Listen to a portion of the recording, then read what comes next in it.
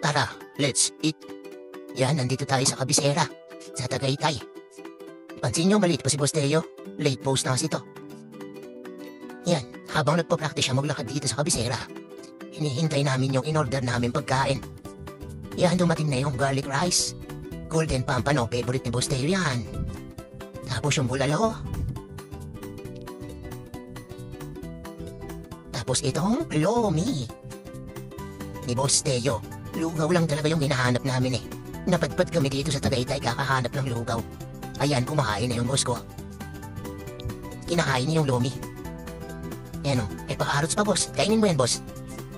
Yan, nabubusog si Boss Teo sa mga gulay-gulay. Siyempre, bago tayo umuwi, titingnan muna natin si Tal kung okay pa ba siya. Bago tayo tuluyang bumiyahe pa uwi. At hindi pa nga kami nakakalayo tinulugan tayo ni boss. Bye!